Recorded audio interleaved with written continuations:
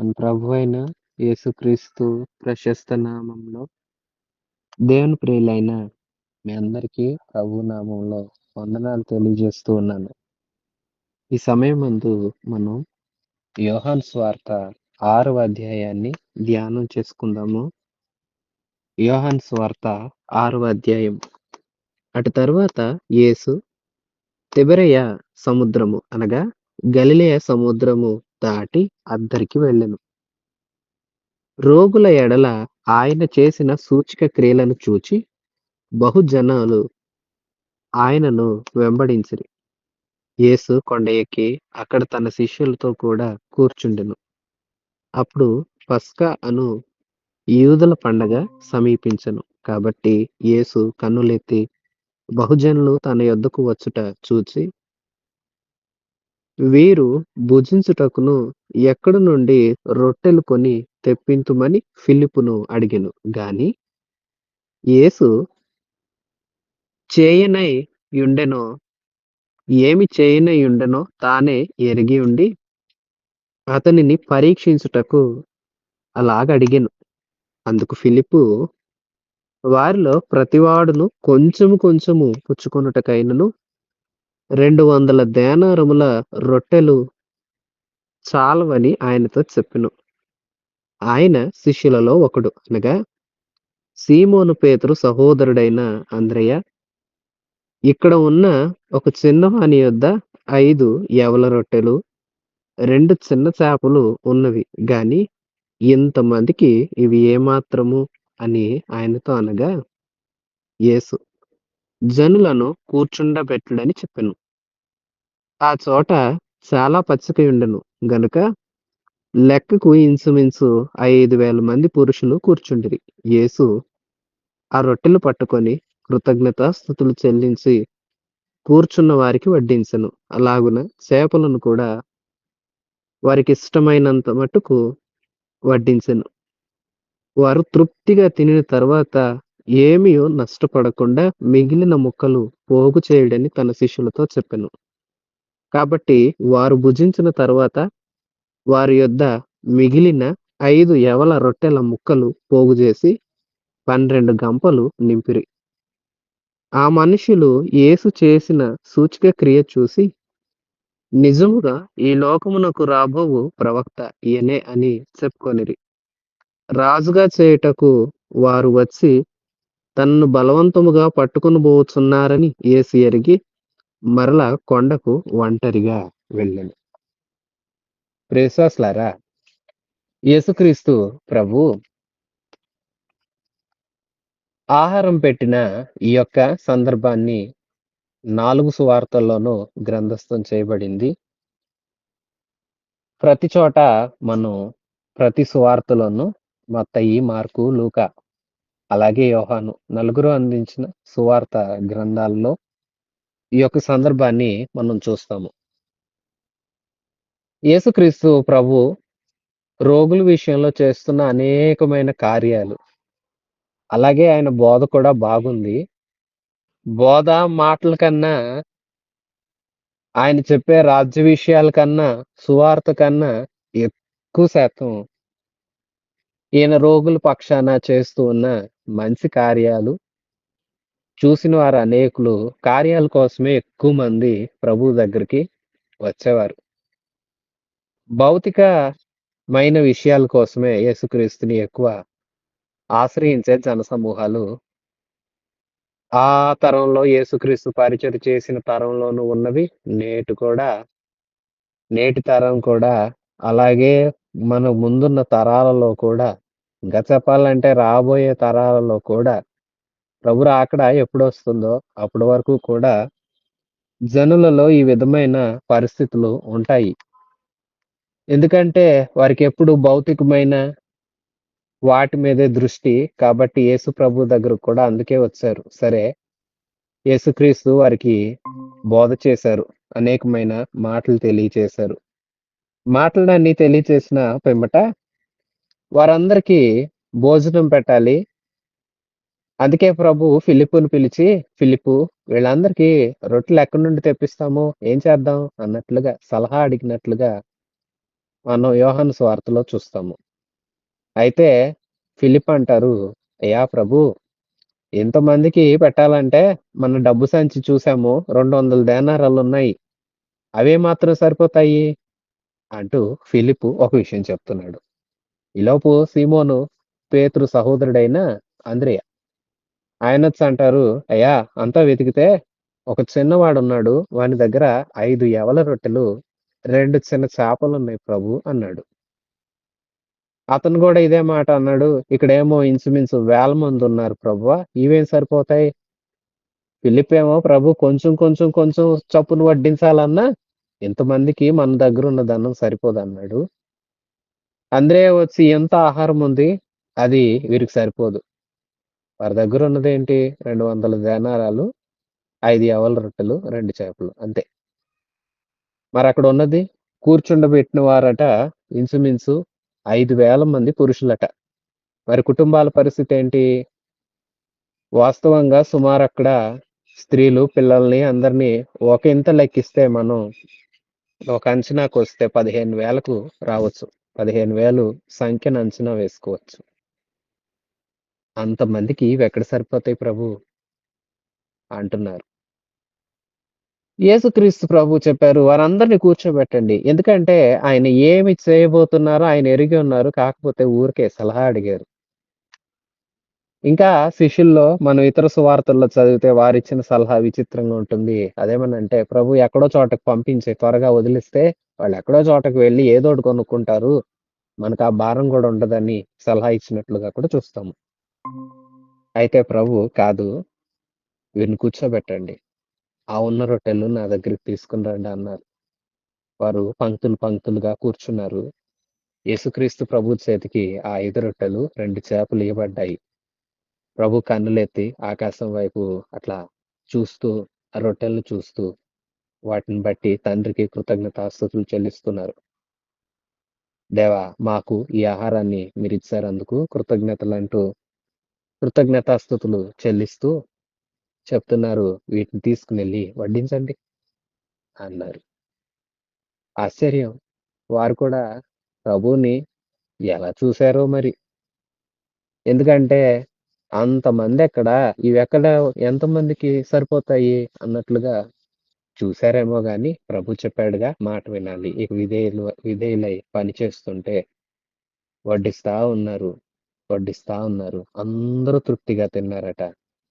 ప్రభు అంటున్నాడు, "ఏమి నష్టపోకుండా ఏమన్నా ముక్కలు వదిలేసున్నారేమో వాటినన్నింటిని ఎత్తండి."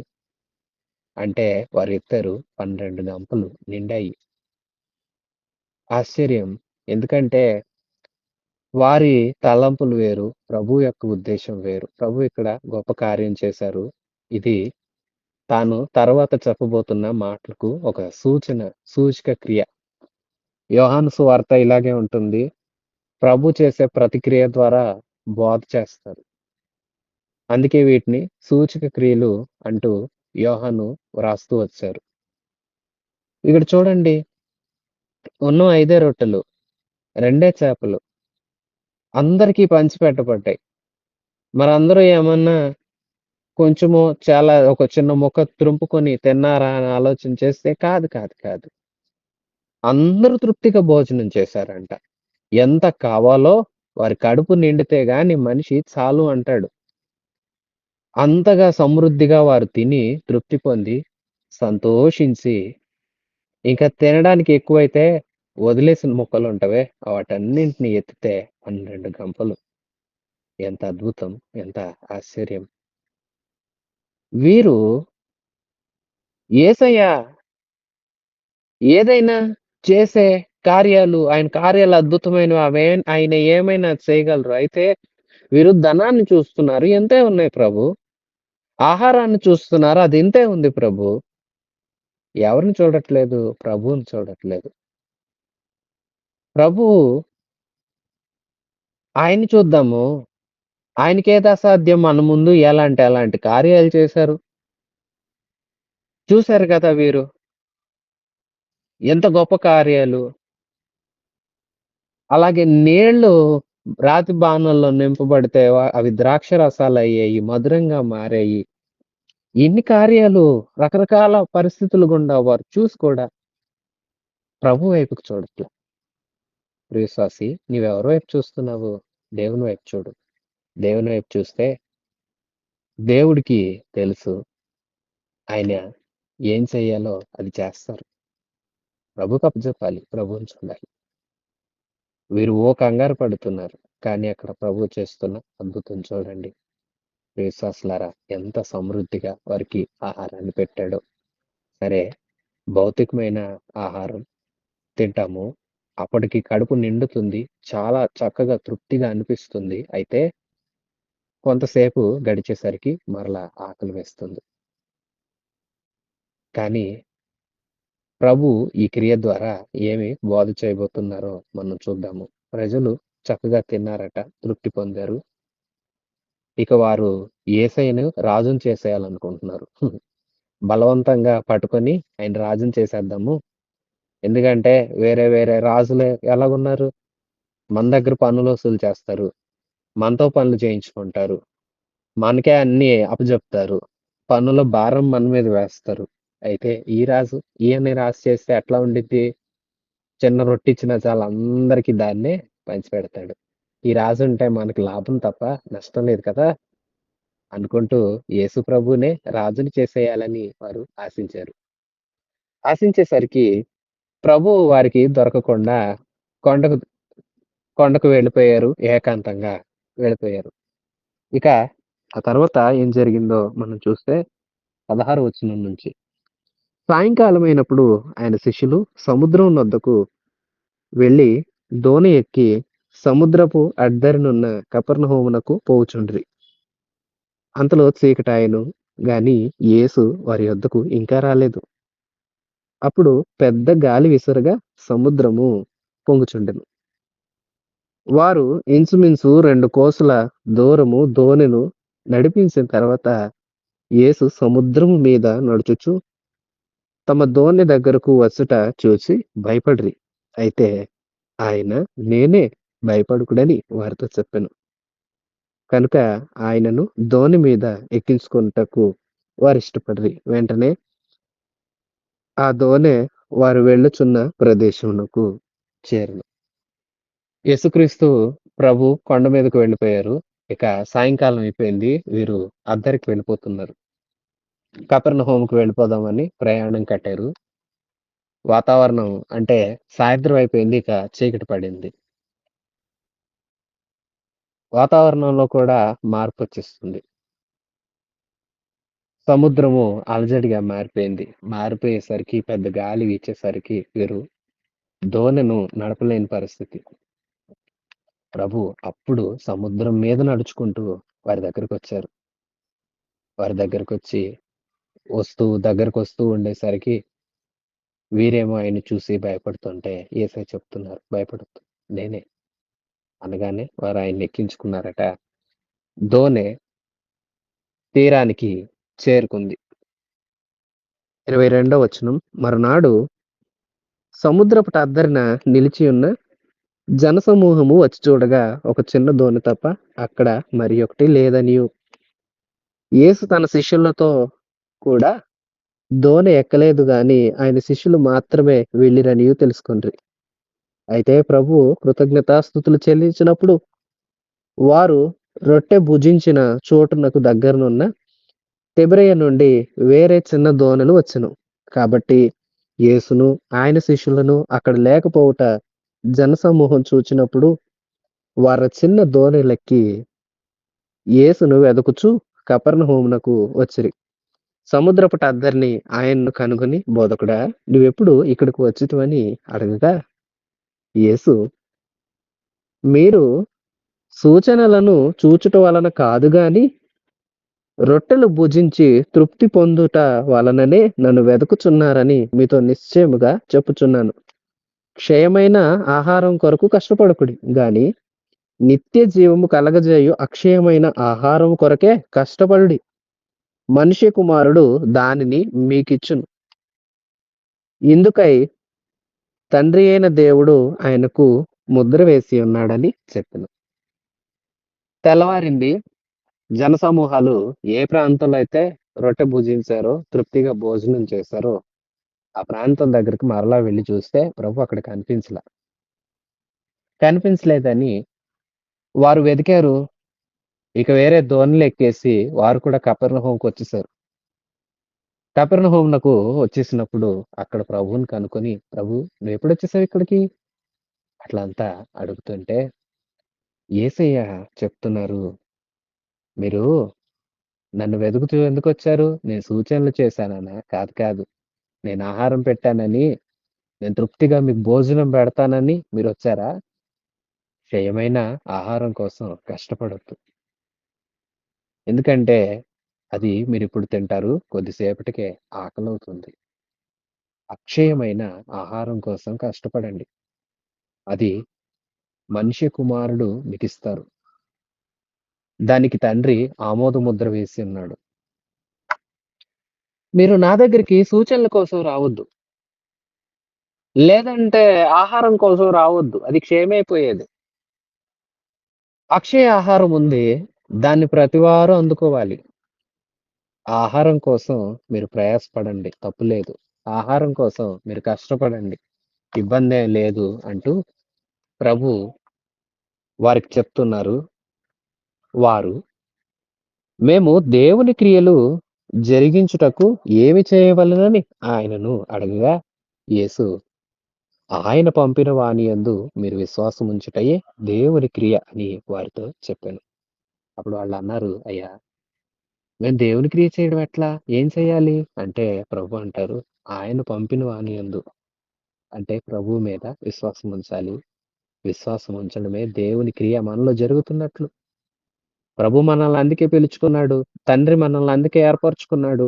మనం ఆయన్ని నమ్ముతాము. యేసయ్యను అనుగ్రహించింది మన కోసమే. ప్రభువు లోకాన్ని ప్రేమించాడు గనుకనే తన కుమారుణ్ణి మనకు ప్రసాదించారని మనం యోహాను సువార్త 3వ అధ్యాయంలో చదువుతాము. ప్రభువు పంపబడిందే మన కోసం.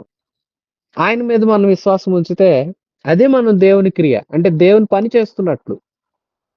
అలా చేయాలంటే ప్రియ విశ్వాసులారా యేసయ్య మీద మీరు విశ్వాసం ఉంచారా?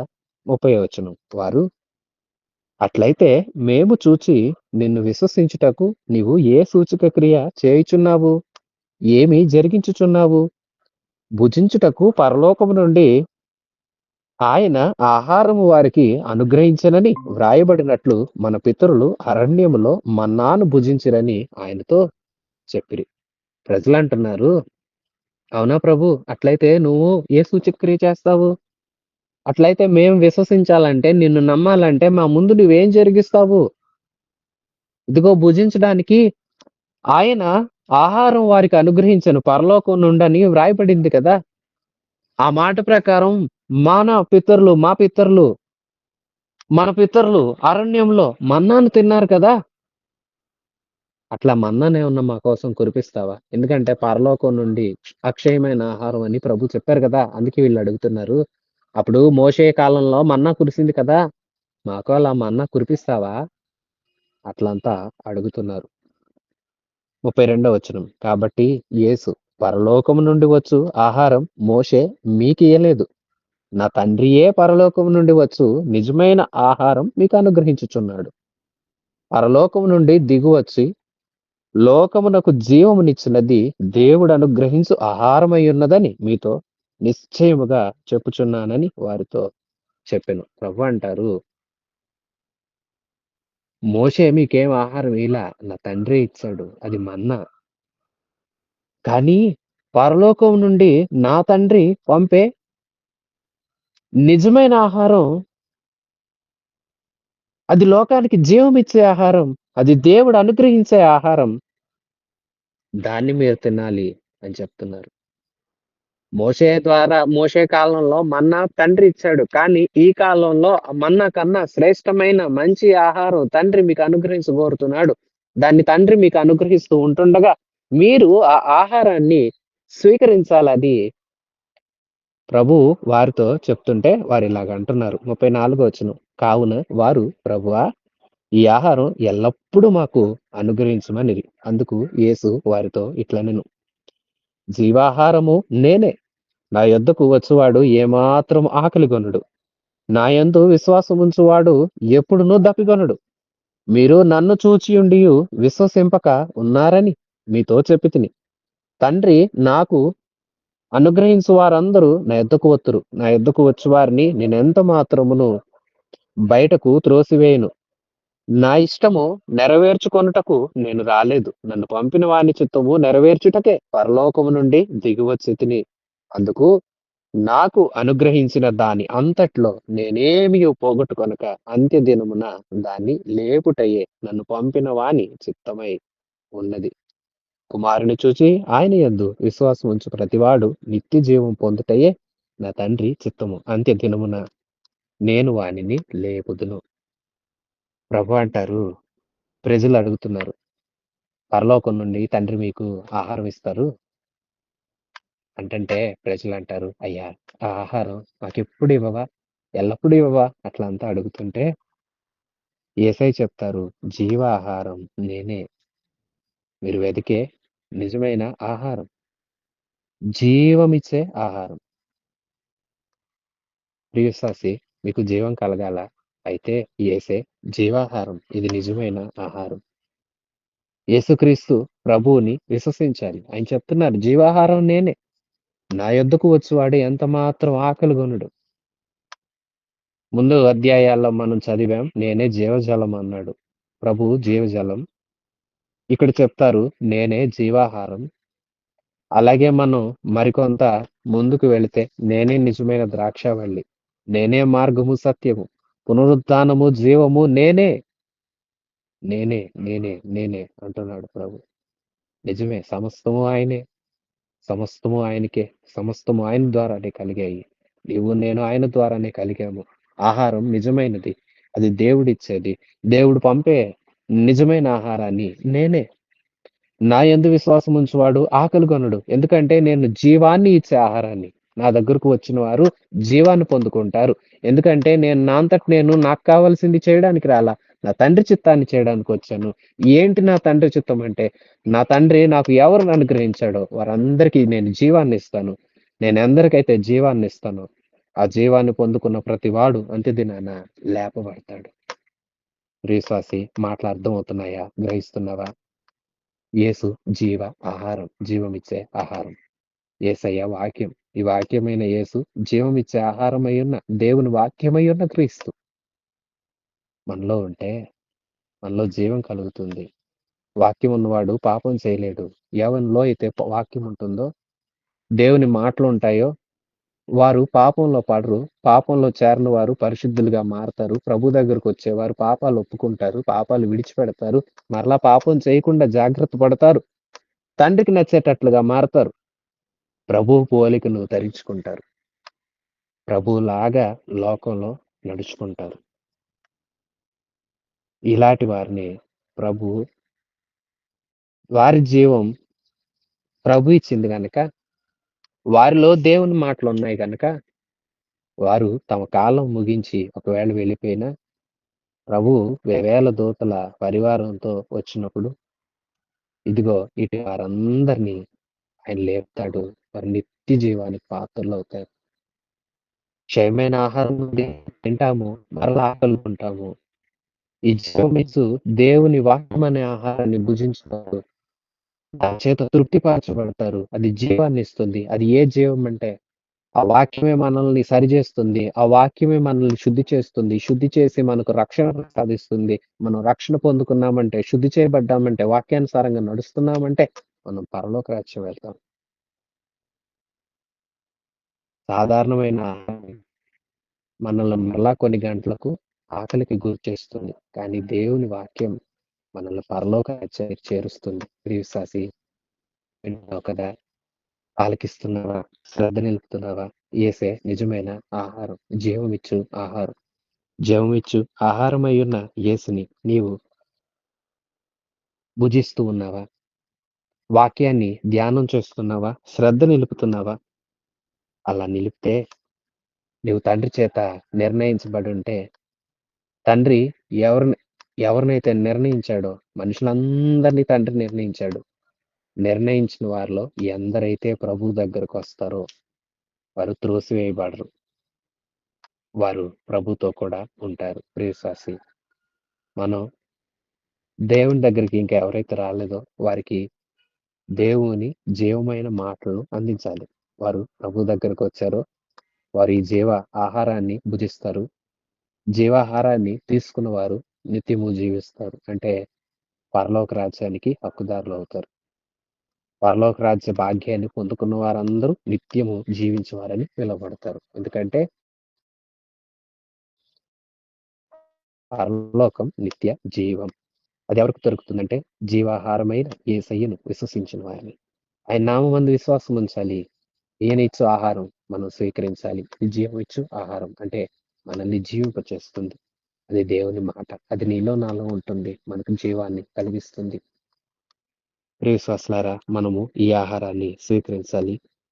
అప్పుడు మనం దీవించబడతాం. 41వ వచనం. కాబట్టి నేను పరలోకం నుండి దిగివచ్చిన ఆహారమని ఆయన చెప్పినందున యూదులు ఆయనను గూర్చి సణుగుకొనుచు, ఈయన యోసేపు కుమారుడైనా యేసుకాడా? ఈయన తల్లిదండ్రులు మనం ఎరుగుదుము గదా! నేను పరలోకం నుండి దిగివచ్చి ఉన్నానని ఈయన ఎలాగు చెప్పుచున్నాడు అనిరి. ప్రజలంటున్నారు, ఏంటి ఈయన జీవాహారాన్ని అంటున్నాడు, పరలోకం నుండి వచ్చానంటున్నాడు. అయ్యో! ఈయన యోసేపు కుమారుడు కదా! మరియ యోసేపుల కుమారుడు కాడా? ఇతని సహోదరులు మనకు తెలీదా? ఇతని సోదరీమణులను మనం ఎరగమా? వారు మన మధ్యనే ఉన్నారు కదా! ఏంటి ఈయన ఇట్లా చెప్పుకుంటున్నాడు అంటూ ఆయన్నంట సణుగుతున్నారంట. గుసగుసలాడుతున్నారు. ఏంటి ఏంటి ఏంటాయన అట్లా చెప్తాడు? ఈయన పరలోకం నుండి వచ్చిన ఆహారం ఏంటి? మన ముందు, మన మధ్య తిరిగినోడు కదా!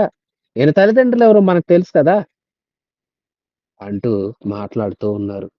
అందుకు యేసు 43వ వచనం. మీలో మీరు సణుగుకొనకుడి. నన్ను పంపిన తండ్రి వాణ్ణి ఆకర్షిస్తే గాని ఎవడు నా యొద్దకు రాలేడు. అంత్యదినమున నేను వాణ్ణి లేపుదును.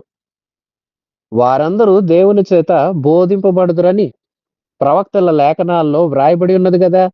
గనుక తండ్రి వలన విని నేర్చుకొనిన ప్రతివాడు నా యొద్దకు వస్తాడు. దేవుని యొద్ద నుండి వచ్చువాడు తప్ప మరి ఎవడును తండ్రిని చూచి ఉండలేదు. ఈయనే తండ్రిని చూచి ఉన్నాడు. విశ్వసించువాడే నిత్యజీవం గలవాడు. జీవాహారము నేనే. మీ పితరులు అరణ్యంలో మన్నాను తినినను చనిపోయిరి. దీనిని తినువాడు చావకుండునట్లు పరలోకం నుండి దిగివచ్చిన ఆహారము ఇదే. పరలోకం నుండి దిగివచ్చిన జీవాహారము నేనే. ఎవడైనను ఈ ఆహారము భుజించితే వాడెల్లప్పుడూ జీవించును.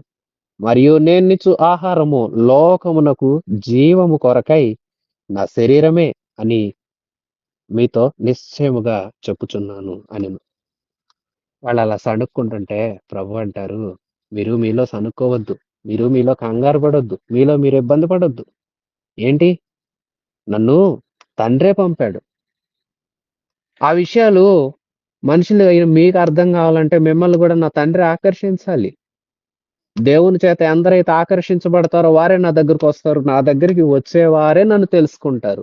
వారికే నిత్య జీవార్థమైన ఆహారం నేనని తెలుస్తుంది. నా యందు విశ్వాసం ఉంచుతారు. నన్ను విశ్వాసం ఉంచు వారికే జీవం ఉంటుంది. నిజమే ప్రియ విశ్వాసులారా. తండ్రి ఆకర్షించాలి. మరి వీరందరూ ప్రభు దగ్గరికి తండోపతండాలుగా వస్తున్నారు గదా! అంటారా? వీరు భౌతిక స్వస్థతల కోసం వచ్చారు. వీరికి యేసుతో పని లేదు. యేసు మాటలతో పని లేదు. కేవలం యేసు ఇచ్చే స్వస్థత కావాలి. శరీరానికి ఇచ్చే స్వస్థత కావాలి. యేసు తిండి పెడితే ఆ తినే తిండి కావాలి తప్ప ఇక ఇతరితరమైనవి ఏవి వారికి పట్టవు.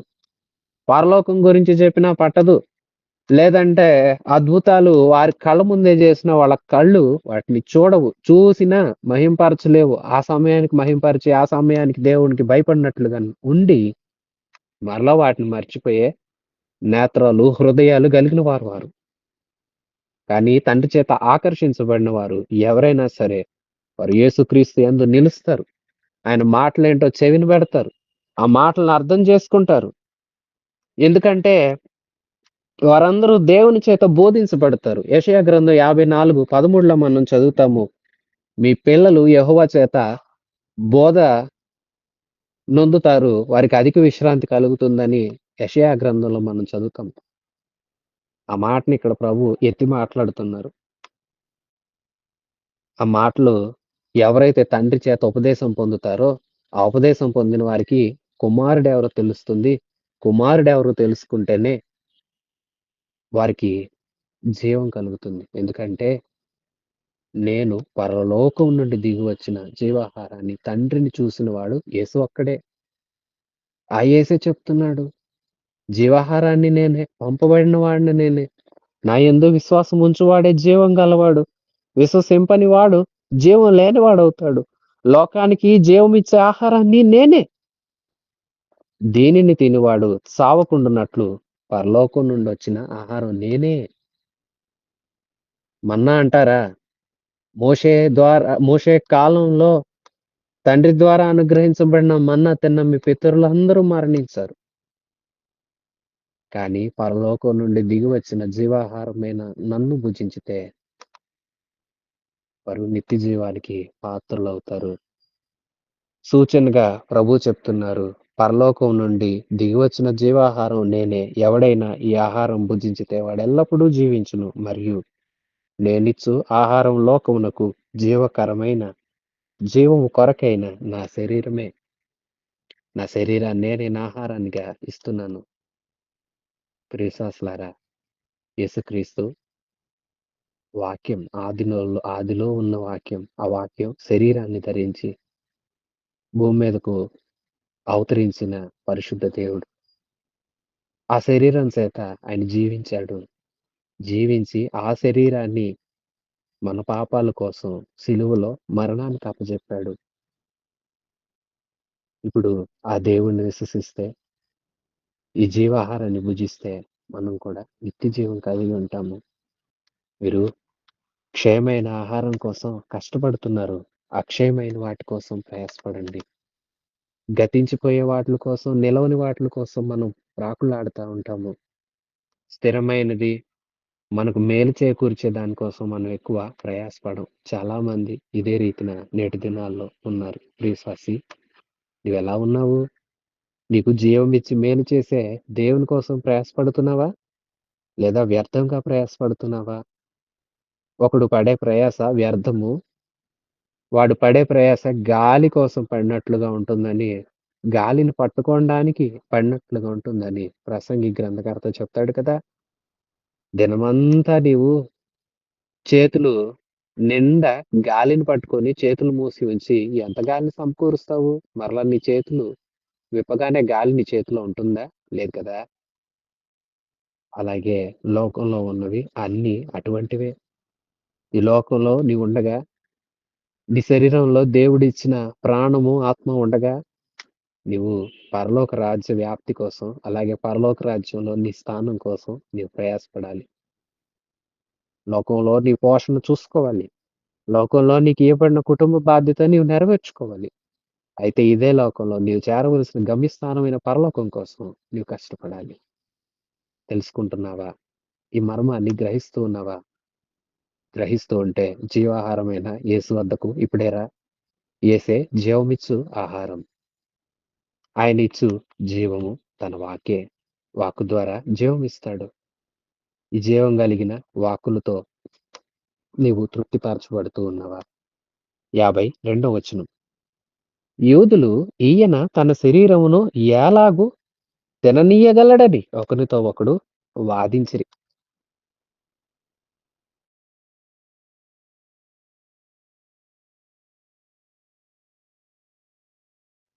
యూదులు వాదిస్తున్నారు. ఈయనేంటి ఇట్లా చెప్తారు? అసలు తన శరీరాన్ని మనకెలా తినిపిస్తాడాయన? అట్లంతా వాదిస్తున్నారట. 53వ వచనం. కావున యేసు ఇట్లనెను. మీరు మనుష్య కుమారుని శరీరము తిని ఆయన రక్తము త్రాగితేనే కాని మీలో మీరు జీవము గలవారు కారు. నా శరీరము తిని నా రక్తము త్రాగువాడే నిత్య జీవం గలవాడు. అంత్యదినమున నేను వాణ్ణి లేపుదును.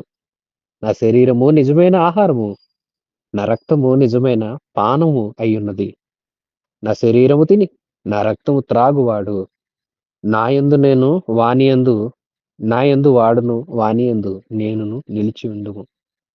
జీవము గల తండ్రి నన్ను పంపెను గనుక నేను తండ్రి మూలముగా జీవించుచున్నట్లే నన్ను తినువాడును నా మూలముగా జీవించును. ఇదే పరలోకము నుండి దిగివచ్చిన ఆహారము. పితరులు మన్నాను తినియు చనిపోయినట్లు గాదు. ఈ ఆహారం తినువాడు ఎల్లప్పుడూ జీవించునని నిశ్చయముగా మీతో చెప్పుచున్నాను అనెను. ఇక్కడ ప్రభురాత్రి భోజన పరిచర్య గురించి ప్రస్తావిస్తూ ఉన్నారు. వారు వాదిస్తూ ఉన్నారట. ఏంటి శరీరం ఎట్లా తినేస్తాడయ్యా? ఆయన రక్తం మేమెట్లా త్రాగుతాము? ఏంటి ఈయన ఇట్లా మాట్లాడుతున్నాడు? అంటుంటే, నా శరీరం నిజమైన ఆహారం. నా రక్తం నిజమైన పానం. వాటిని తిని త్రాగువాడు నిత్యజీవం గలవాడవుతాడు. లేదంటే వాడిలో జీవం ఉండదు. ఎవరైతే నా శరీరాన్ని తిని నా రక్తాన్ని త్రాగుతారో వారిలో నేనుంటాను. నాలో వారుంటారు. మేము కలిసి నిలిచి ఉంటాము అంటున్నాడు ప్రభు. ప్రియవిశ్వాసి, ప్రభురాత్రి భోజన సంస్కార పరిచర్య సందర్భంలో మనం రొట్టెను, ద్రాక్షరసాన్ని తీసుకుంటాము. రొట్టె యేసు శరీరానికి సంకేతం. ద్రాక్షరసం యేసు రక్తానికి సంకేతం. రొట్టె జీవమిచ్చు ఆహారానికి సంకేతం. రక్తం ప్రాణం. రక్తము జీవమే. ఈ 2 మనకి జీవాన్నిచ్చే ఆహారం. వీటిని తింటున్నప్పుడు, త్రాగుతున్నప్పుడు యేసుక్రీస్తు ప్రభువు మన కోసం వచ్చారు. మనందరి పాపాల కోసం ఆయన సిలువలో మన కోసం మరణించి తిరిగి లేచారని మనం జ్ఞాపకం చేసుకొని, మనలో మనం తలపోసుకోవాలి. వాటిని ఇతరులకు ప్రచురం చేయాలి. ఈయన త్యాగం నా కోసమే. ఈ పాపం నాదే. ఇదిగో ఇలాగు నా శరీరం నలగొట్టబడాలి. కానీ ఆయన శరీరం నా కోసం నలగగొట్టబడింది. నేను చేసిన పాపానికి నా రక్తం చిందించబడాలి. కానీ నాకై నా ప్రభు రక్తం చిందించబడింది అనటానికి గుర్తుగా రొట్టెను, ద్రాక్షరసాన్ని తీసుకుంటాము. అది చేస్తున్నప్పుడల్లా మనలో ఆయన వాక్కులు గుర్తు రావాలి. ఆయన వాక్కేంటి? ఇది నా శరీరం. ఆ శరీరం అని చెప్తున్న ఆ వాక్కేంటి? ఆ ద్ర ఆ రాక్ష రక్తాన్ని ఆ ద్రాక్షరసాన్ని రక్తమని చెప్తున్న వాక్కేంటి? ఎందుకు దీన్ని చేస్తున్నామంటే, నీకోసం త్యాగమైన వాడు ఒకడున్నాడు. నీకోసం యాగమైపోయిన వాడొకడున్నాడు. ఆయన నీకోసం పరలోకం నుండి దిగివచ్చాడు. సమస్తాన్ని వదిలిపెట్టుకున్నాడు. నీకై, నాకై భూమి మీదకు వచ్చి కష్టాలు పడ్డాడు. ఆయన చేదైన పాత్రను అంటే మన పాపాలతో నిండిన చేదైన పాత్రను విషపూరితమైన దాన్ని ఆయన సేవించి ఆనందకరమైన దాన్ని, మధురమైన దాన్ని మనకు అనుగ్రహించాడని తలపోసుకోవాలి. ఈ వాక్కులన్నీ మనలో గుర్తు రావాలి. గుర్తు వస్తూ ఆ పరిచయలో మనం చేవేస్తున్నప్పుడు ప్రభు వాక్కులు మన జ్ఞాపకం వస్తాయి. ఆ వాక్కులు మనల్ని జీవింపచేస్తాయి. మనల్ని యేసుకు దగ్గర చేస్తాయి. ఎప్పుడైతే యేసుకు దగ్గరవుతామో లోకానికి దూరమవుతాం.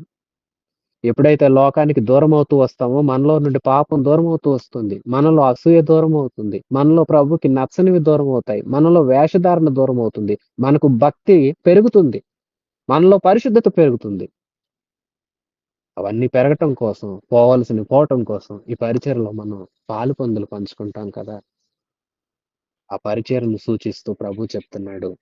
నేనే జీవాహారం. అవివేకంగా, అజ్ఞానంగా ఏదో రొట్టె, ఏదో ద్రాక్షరసమని, లేపోతే ఈ రొట్టె శరీరం అయిపోద్దని, ఈ ద్రాక్షరసం రక్తం అయిపోద్దని, ఇలాగూ రకరకాల అభిప్రాయాలతో, రకరకాల మనస్తత్వాలతో దానిలో ప్రవేశిస్తే, దాని వెనకాలన్న అర్థాన్ని గుర్తించకపోతే, మనలో వాక్యం నిలిచుండదు.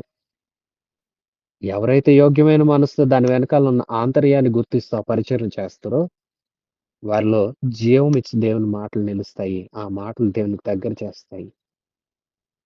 అందుకే దాన్ని త్రాగువారు నిత్యజీవం గలవారవుతారు. ఎందుకో తెలుసా? ప్రతిసారి జ్ఞాపకం చేసుకుంటాము. జ్ఞాపకం చేసుకున్న ప్రతిసారి కృతజ్ఞత పుడుతుంది. పాపాలు ఒప్పుకుంటాము. దేవునికి దగ్గరవుతాము. లోకానికి దూరమవుతాము. దేవుని రాజ్యానికి హక్కుదారులమవుతాము. జీవమేంటో మనకు తెలుస్తుంది. మిగతాదంతా వ్యర్థమని మనం గ్రహించగలుగుతాం.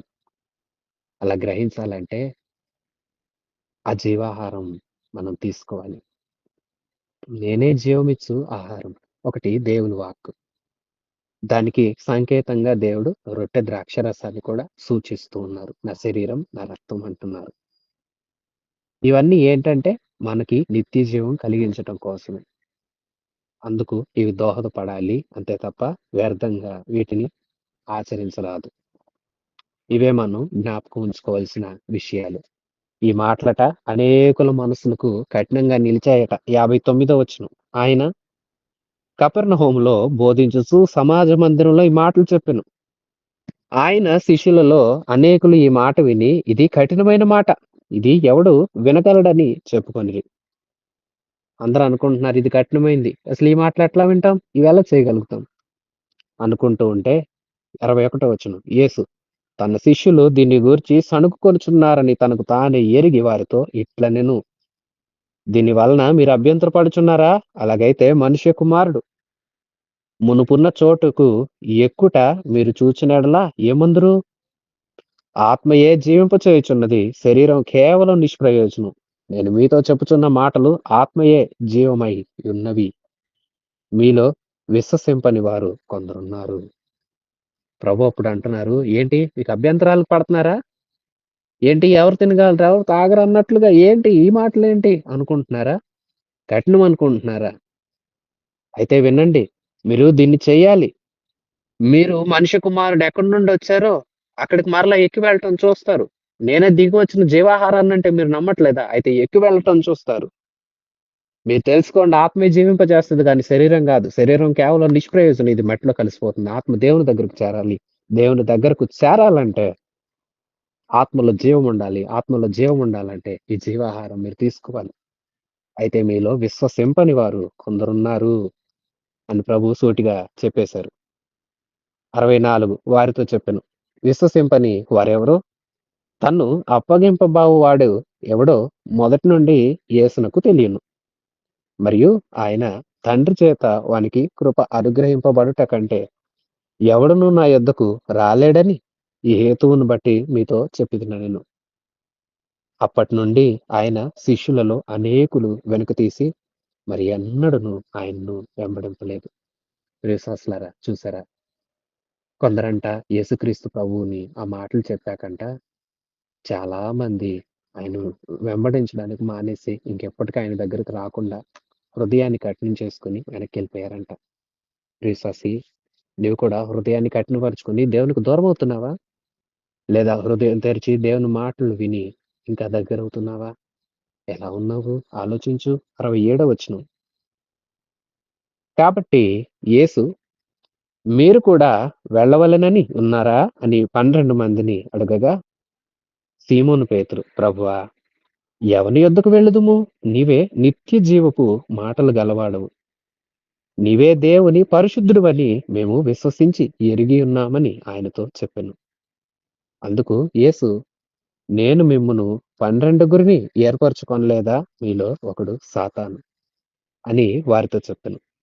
సీమోను ఇస్కరియోతు కుమారుడైన యూదా 12 మందిలో ఒకడై ఉండి ఆయనను అప్పగింపబోచుండెను గనుక వానిని గురించి ఆయన ఈ మాట చెప్పాను.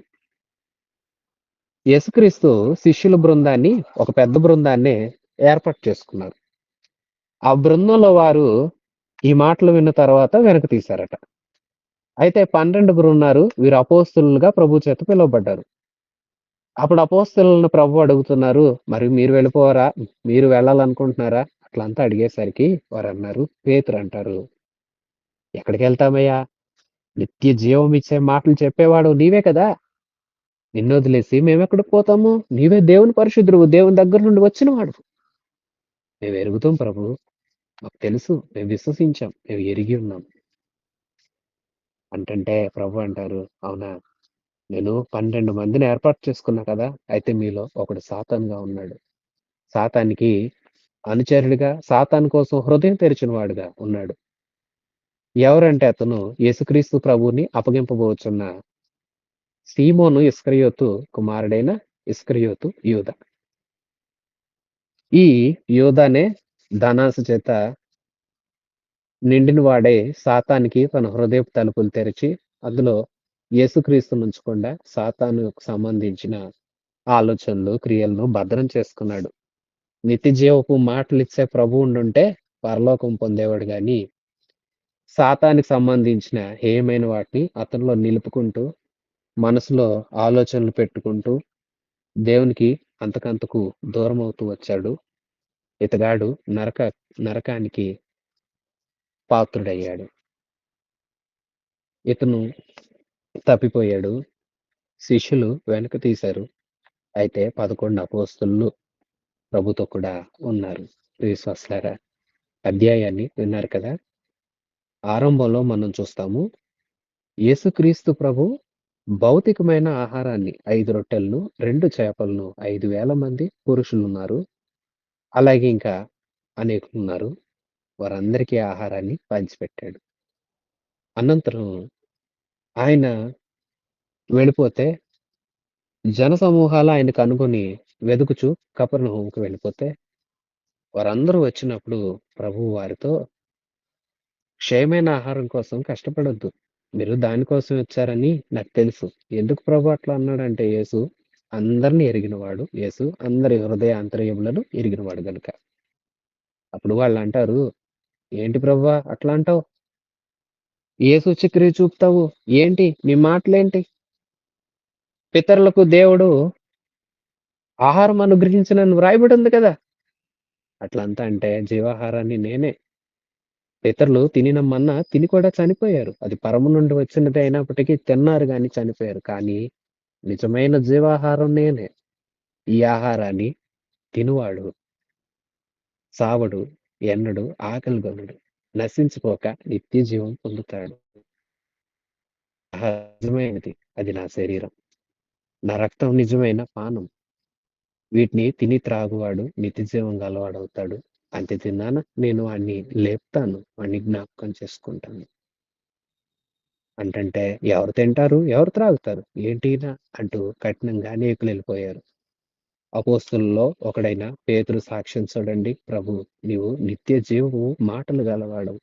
నీ మాటే నిత్య జీవాన్నిచ్చేది ప్రభూ. నువ్వు దేవుని దగ్గర నుండి వచ్చిన పరిశుద్ధుడవయ్యా అంటున్నాడు. ప్రియ విశ్వాసి, నీవు కూడా యేసయ్యను ఇలాగ నమ్మావా? యేసయ్య నిత్య జీవం ఇస్తాడని నమ్మావా? రోగాన్ని తొలగించి, అప్పులు తీర్చి, ఆహారం పెడతాడని నమ్మావా? దేనికోసం నమ్మావు? నిత్య జీవం కోసం నీవు నమ్మి ఉంటే ఇప్పుడే ప్రభు దగ్గరికి రా. ప్రభు, నేను పాపిని అని ఒప్పుకో. నీవు నా ప్రభువు, నా కోసం వచ్చిన దేవుడువు, నా కోసం మరలా రాబోతున్న మహారాజువు అని నీ నోటితో ఒప్పుకో. నీ హృదయమందు ఆయన విశ్వసించు. ఆయన వాక్కులు నీ హృదయంలో ఉంచుకో. ఆ వాక్యాలు నీలో పనిచేయనట్లుగా ప్రభుకి అవకాశం ఇవ్వు. ఇచ్చిన తర్వాత ఆయన నీలో ఏది తప్పులున్నావో ఆయన నీకు బోధిస్తారు. బోధించబడిన ప్రతి దాన్ని ఒప్పుకొని విడిచిపెట్టి బాప్తిస్మం పొంది దేవుని ఆత్మ కోసం కనిపెట్టి పరిశుద్ధాత్మ వరాన్ని పొందుకోవాలి. పరిశుద్ధాత్మ వరాన్ని పొందుకున్న మీదట పరిశుద్ధంగా ప్రభు రాకడ కోసం మనం సిద్ధపడుతూ అనేకుల్ని సిద్ధపరచాలి. అప్పుడు ఒక దినాన ప్రభు వస్తారు. ప్రభు వచ్చినప్పుడు మనం సజీవులుగా ఉన్నా లేపబడతాము. ఒకవేళ కాలం ముగిసి ప్రభునందు నిద్రించినా సరే లేపబడతాము. లేపబడిన వారు ఇక యుగాయుగాలు ప్రభుతో కూడా ఉంటారు. ప్రభుతో యుగాయుగాలు ఉండాలంటే ఆ యుగయుగాల నిత్య జీవానికి చేర్చే దేవుని జీవమైన మాటలు నీలో ఉండాలి. మరి నీలో ఆ మాటలున్నాయా? సాతాను యొక్క తలంపులున్నాయా? యూదాలో సాతాను తలంపులున్నాయట. పేతురు అంటాడు, నీవు నిత్య జీవపు మాటలు గలవాడు అంటాడు. పేతురులాగా ప్రభువుని నిత్య జీవపు మాటలు గలవాడని ఎరిగి ఉన్నావా? యూదాలాగా సాతాన్ని హృదయంలో ఉంచుకున్నావా? నీ హృదయమందు ఏముంది? ఏది ఉందో హృదయంలో అదే క్రియల రూపంలోను, మాటల రూపంలోను వస్తాయి కదా! అందుకే నీ హృదయమందు క్రీస్తుని ప్రతిష్ఠించుకో. నీ హృదయంలో సింహాసనం వేసి అందులో ఆయన ఆసీనుడిగా ఉండేటట్లు ఆయన్ని ఇప్పుడే ఆహ్వానించుకో. ప్రభు ఈ సమయమందే నీ హృదయంలోనికి రానుద్దేశిస్తూ ఉండగా ఆయన్ని ఆహ్వానించు.